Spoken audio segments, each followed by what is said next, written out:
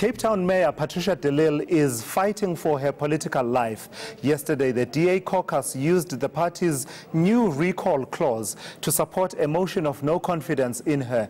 De Lille now has until Tuesday to make representations on why she shouldn't resign. Up next, we speak to the DA's Deputy Chairperson of Federal Council, Natasha Mazzone, who's joining us from Cape Town. Thank you so much for joining us, Natasha. Before we get into the discussion, let's get to that point that, in fact, she's in Pretoria. Let's get to that contentious issue about this clause that some have dubbed the de Lille clause, not applying retrospectively. Take a listen to what your leader, Musi Maimane, said when this clause was adopted.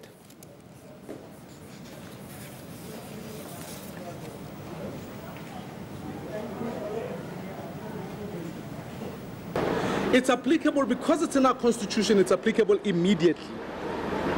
But it's not retrospective. I was once sit back and say, oh, well, the sin's here. We start now and we say for a public rep in a particular area, if we discover and we exercise that, and the clause also strengthened the power of caucuses. To say if a caucus has lost confidence in a particular individual, then it is the party that can in fact request that the person resign within 48 hours. So, Natasha, it's a matter of confidence, the caucus, whether the caucus has confidence in its leader or not. What are the cogent, coherent, and valid reasons that your caucus gave you to move this motion of no confidence? Well, firstly, I'd like to start off by saying that it is the right of any caucus to let the federal executive know that they have lost confidence in any member of the executive. And that's why it is in fact an accountability clause that was introduced into our constitution. And it's so terribly important that political parties have something like the accountability clause, because it allows you to hold executive members to account should they fail in your party's view in their duties, in executing their duties and in being accountable to the public. So I do find it interesting that Mayor de Lille thinks that this clause was created for her. In actual fact, this clause has already been used, and it's been used in the Matsikama municipality in a motion of no confidence that was passed there, and it's also being used in the Stellenbosch municipality to ensure that our public reps are held to account. Last night's issue has absolutely nothing to do with issues that have occurred with Mayor de Lille prior to the meeting that took place last night. So to say that we are retrospectively applying this clause is completely incorrect. The caucus took a decision last night based on events that have happened in the past week and a half that include statements that have been made by Mayor de Lille that certainly put her at odds with Democratic Alliance values and principles, and events that Mayor de Lille has attended and been involved in that certainly show that she has distanced herself from being a DA member. All right, let's start with the events. When you say events that show that Mayor de Lille has started distancing herself from the DA, are you specifically talking about her attending that memorial service for Winnie Madikizela Mandela at the invitation of the EFF? What's wrong with that? Well, there's absolutely nothing wrong with her attending that at all. She's more than welcome to attend that event, and I don't specifically refer to that. We're free citizens. If I'd wanted to, I could have attended had I been invited.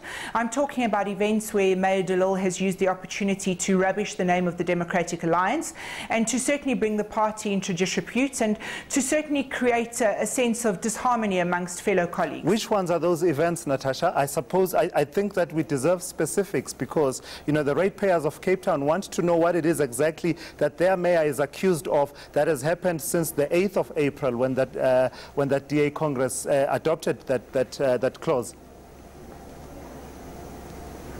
I refer to specific media events that have occurred. The mayor's been on various radio stations. She's been on various television stations where she's made these statements.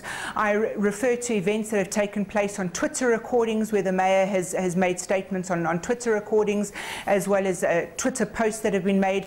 These simply cause massive disharmony amongst the Democratic Alliance, and it's an untenable situation when you have this massive divide between the caucus and the leadership, and people feel that they cannot execute their duties correctly.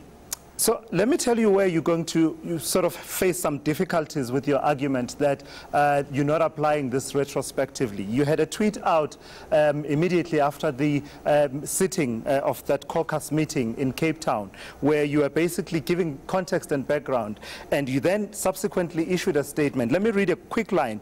You're saying, after, of course, giving reasons that were included, you then say, given the significant motivation which explains why 2/3 of the caucus had voted to remove de Lille in the previous motion of no confidence, the FedEx granted permission for this current motion of no confidence to proceed. And immediately after that, you go back to the issues to do with the Bowman-Gilfillan report and what it said about Mayor Patricia de Lille. Those are issues that are from before April 8, when this clause was adopted. And right now, I'm not hearing you giving me specifics of what has happened since April 8.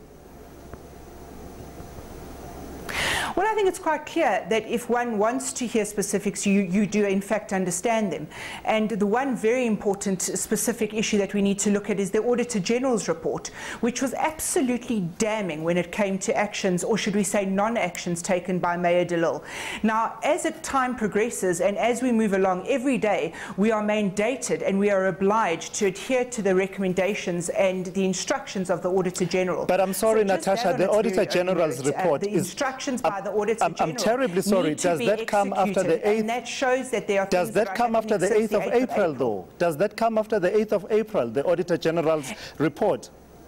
Any new information that relates to the Auditor General's report since the 8th of April then comes into effect.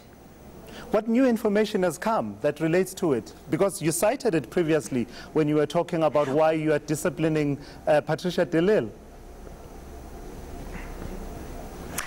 Well, one of the things is misconduct. There's been problems with tenders. These things all have to be investigated, and they have to be done so in a very efficient way to adhere to Auditor General's reporting requirements. Now, every day as that happens, it builds up a certain case and a certain amount of uncertainty, and certainly a lack of confidence in the Mayor to execute her duties.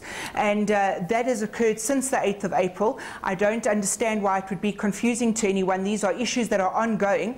As this issue progresses, it causes a certain amount of uncertainty in the caucus, and certainly as the caucus is made aware of these new issues that as they arise, as they are investigated, it leads to a lack of confidence. Now, I think it's fair to say that no one can expect a caucus to be led and to do their work efficiently if 70% of the people who exist in that caucus and who voted last night show that they do not have confidence in the Mayor to lead them in their government. Sure, I hear that point. Let me ask you about issues to do with governance in Cape Town. I was there at the Dobsonville Stadium in 2016. This is end of July 2016 when you had your final rally.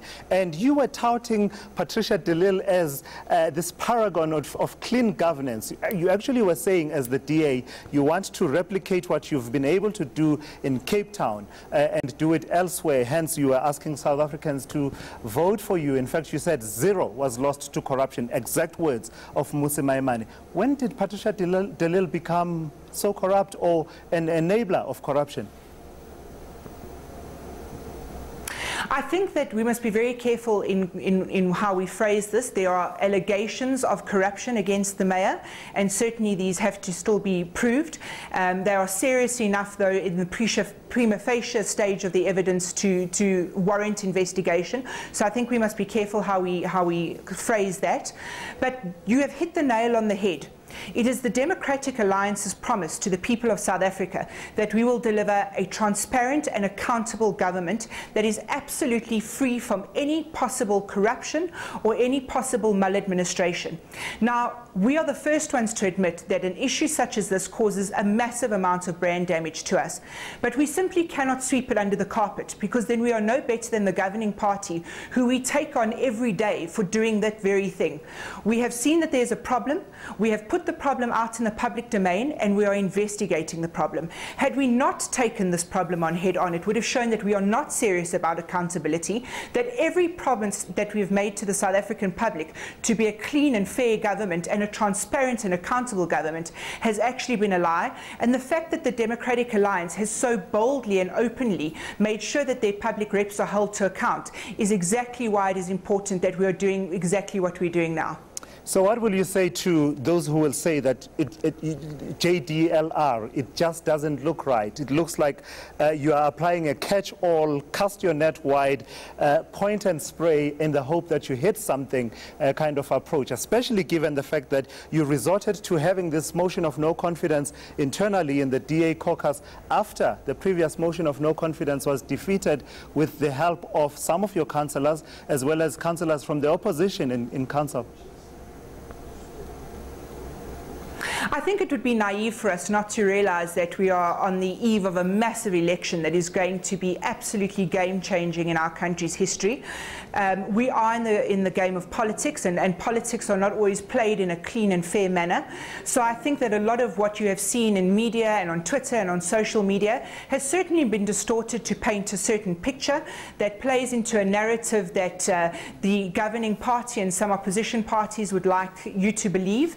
It's certainly not the game that the Democratic Alliance is going to enter into. We absolutely refuse to enter into any kind of mudslinging with Mayor de Lille. We're going to present the facts as they are brought before us. We are going to do so in a transparent fashion, and we are going to do so in the best interests of all South Africans.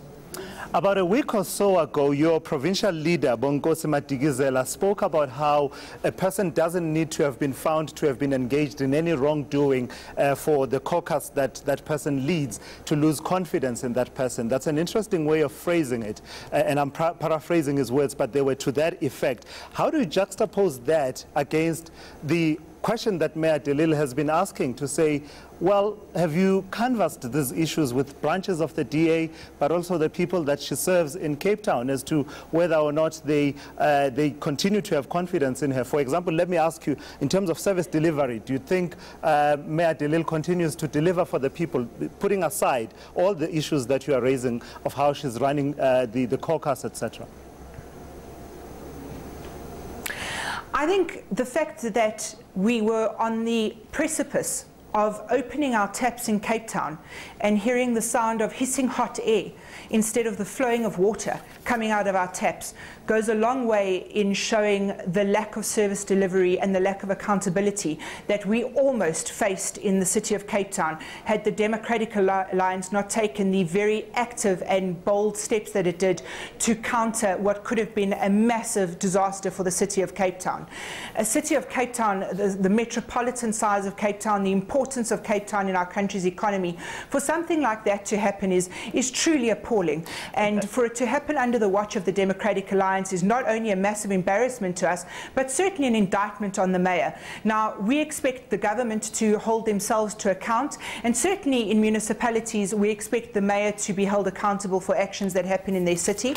And I think in the case of the city of Cape Town, this is but one example of where Mayor de Lille has failed in her duties, and certainly one of the reasons that her caucus has lost confidence in her ability to lead. Natasha Mazzone, I want to take us to an address by former President Jacob Zuma, but I simply cannot allow you to get away with what you just said now.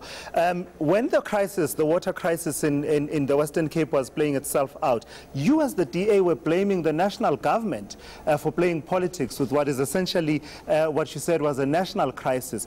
Just in the last 30, 40 seconds, you've basically laid the blame squarely at Patricia de Lille's management of that process. How do you juxtapose the two? How do you marry the two positions?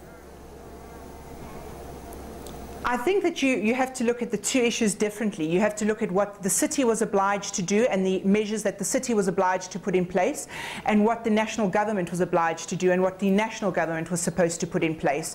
Certainly the national government did not come to the party initially, and they weren't providing the kind of backup that was required for the city of Cape Town. But to simply stand back and say that the city of Cape Town was, you know, their hands were clean and they had done absolutely nothing wrong is simply not true. Much more could have been done done to avert the possible disaster, but certainly the national government had a massive role to play in it, and at the time were not coming to the party to keep up their end of the deal. So at the very least then, Natasha, you and I have to agree that you've just made an admission that the DA government in Cape Town, as led by Patricia de Lille, failed to handle this crisis properly. That, at the very least, that's what it amounts to. What I'm saying is absolutely that the Democratic Alliance government, under the leadership of Mayor Patricia de Lille, certainly did fail to execute their duties in the proper manner when it came to dealing with the drought crisis in the city of Cape Town. All right, Natasha Mazzone, thank you so much for speaking to me on Newsnight.